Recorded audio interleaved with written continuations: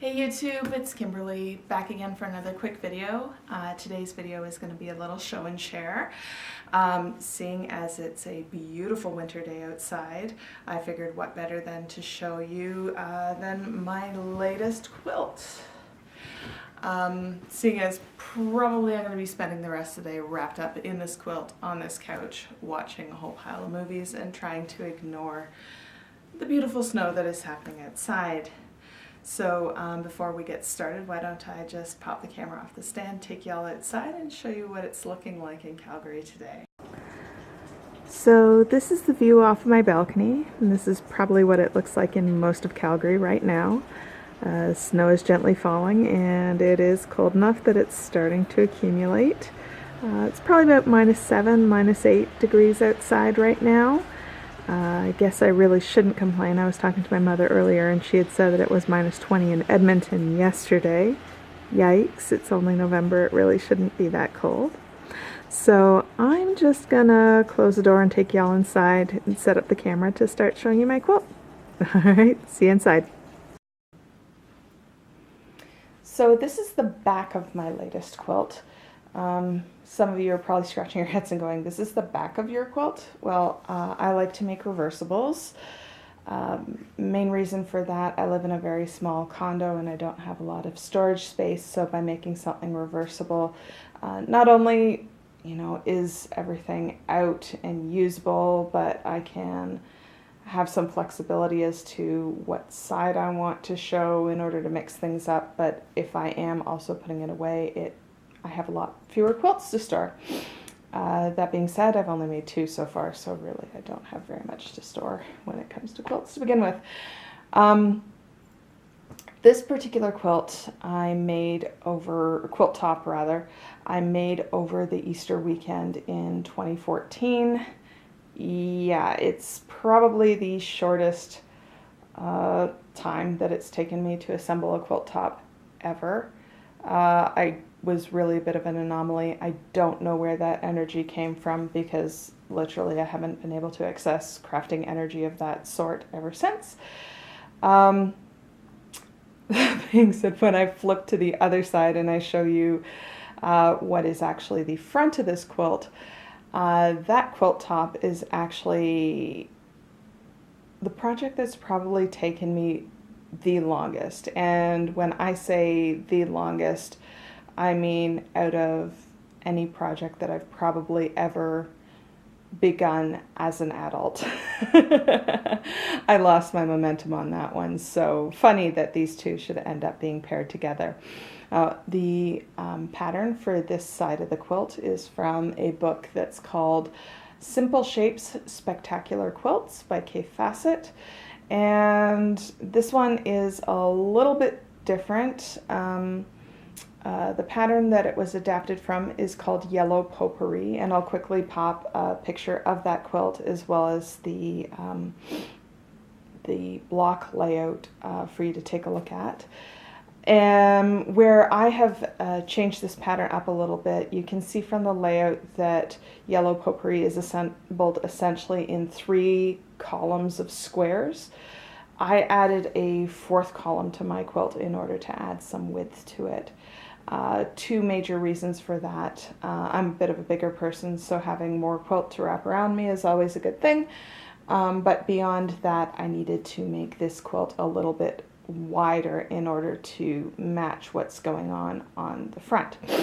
And one thing that you will notice on this, originally I had planned that this side of the quilt was going to have a 6-inch black border that went all the way around, but somewhere between this side and the other side my math went a little bit awry, and instead of having 6-inch borders down the length of the quilt, they ended up being close to 2-inch borders.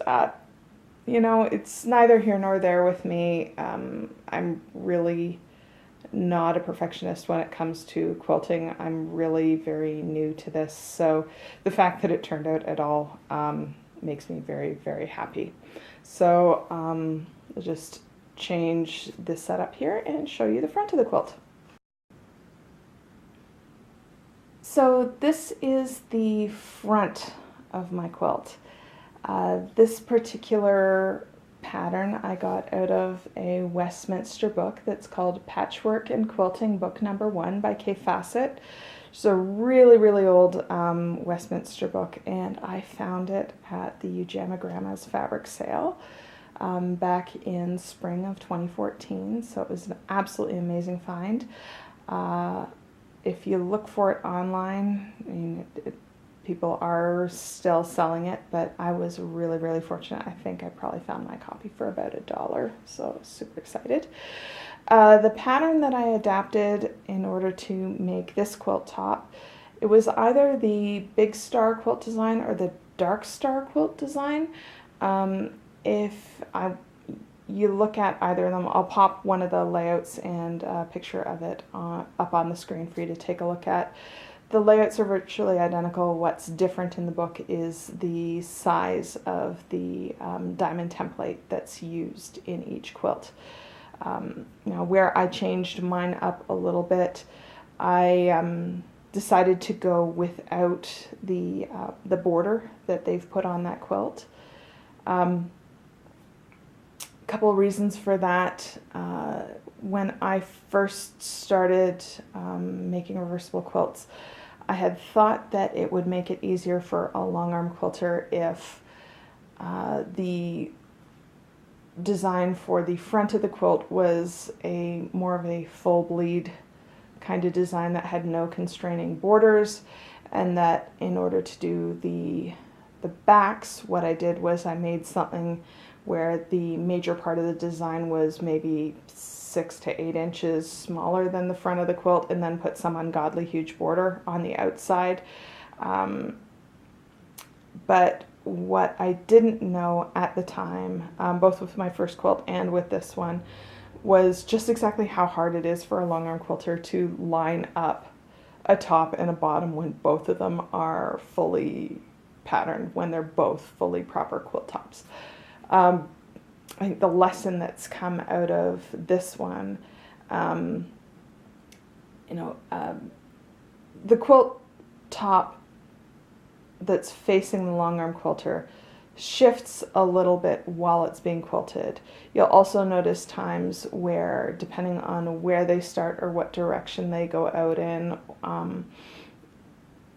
the top will also stretch. This is something that really, it's kind of exaggerated with these Kay Fassett fabrics, because they are a lighter fabric that does have sort of a stretchier bias to them than a lot of other quilt fabrics. So my lesson in doing reversible quilts in the last little while is that it's actually better to have something that is that needs to be more precise on the top, so that as the long arm quilter is quilting, that they have a little bit more control over what they're doing according to what they're seeing. But then also having the back be something that is a little bit less reliant on being absolutely straight, so that if it does go off center, or if it does stretch in one direction or the other, that it's not quite as noticeable. So really, in terms of what I do, the mistake that I made on both my first quilt and this quilt don't amount to a huge hairy deal. I still love them, and for the purposes that I need and use my quilts, they're absolutely perfect in my eyes. So with this particular quilt, I did mention that this is actually kind of my longest running unfinished project. Having started it in May of 2014, I only finished it in June of 2018. Many different reasons for that, but probably the largest single reason, I'm going to zoom in on a couple of the blocks and show you specifically what was my difficulty.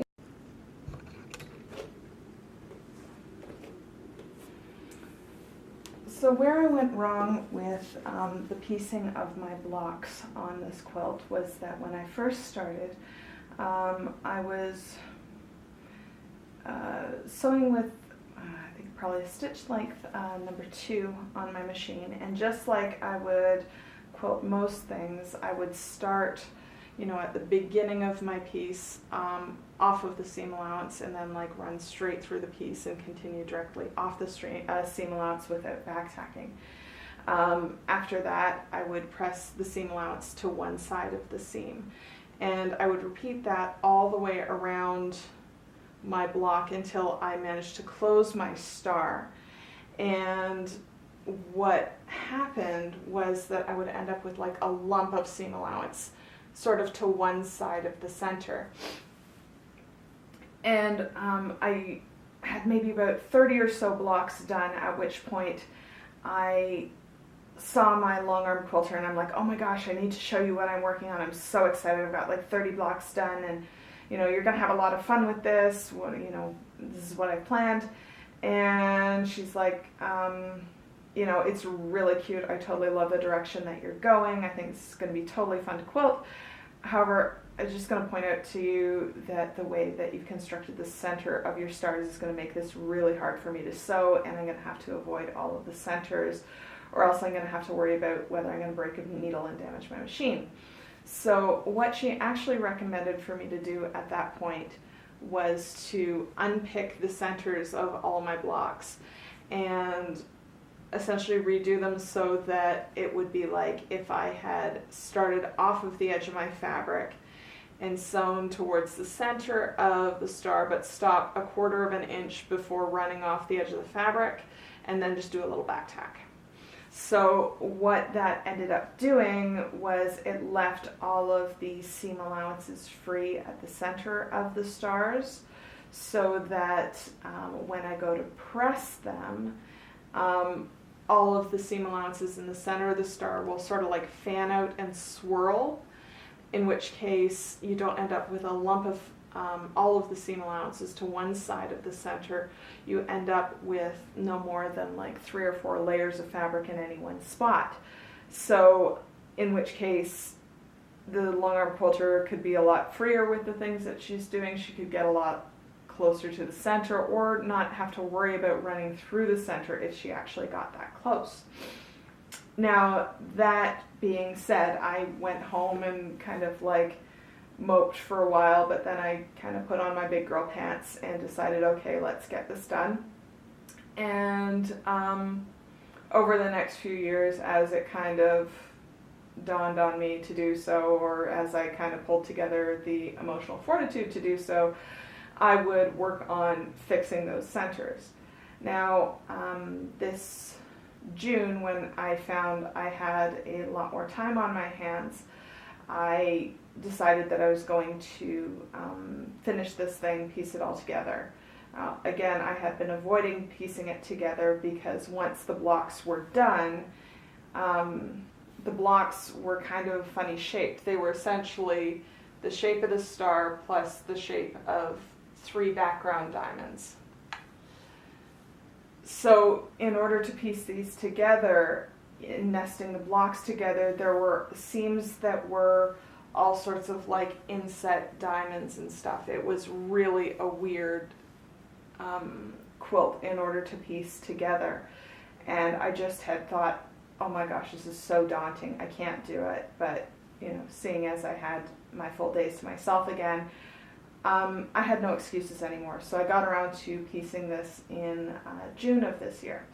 Now, at that point, I had another setback, which was very similar to what happened with the center of the blocks.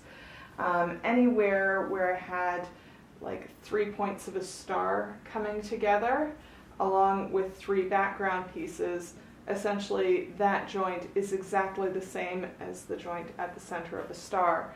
So again, I had to pick back 1/4 of an inch of seam allowance. I had to back tack and then go in and piece them together, and then flip it over and press all the seam allowances so that the seam allowances would swirl again. So in terms of the overall look, this one looks simple, but in terms of its overall like execution, for me, this probably wouldn't have been challenging to somebody who is like a novice or intermediate quilter who's taken a bunch of classes, because of course you'd have somebody who would have explained these little tricks to you.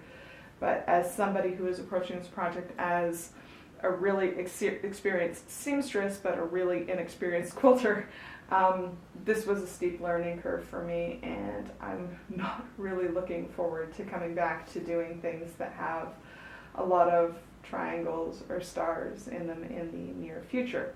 But that being said, I really, really love how it turned out, and I really do enjoy wrapping myself up in this quilt. So that was my second reversible quilt. As you can see, I think it worked out really well. I'd really love to hear what you think about it. So whether you're a quilter or whether you're just somebody who appreciates the comfortable arts, by all means, drop a comment down below. And if you're a crafter and you have a project that took as long as this one, I'd like to hear about it. Let me know, what was it that that held you up?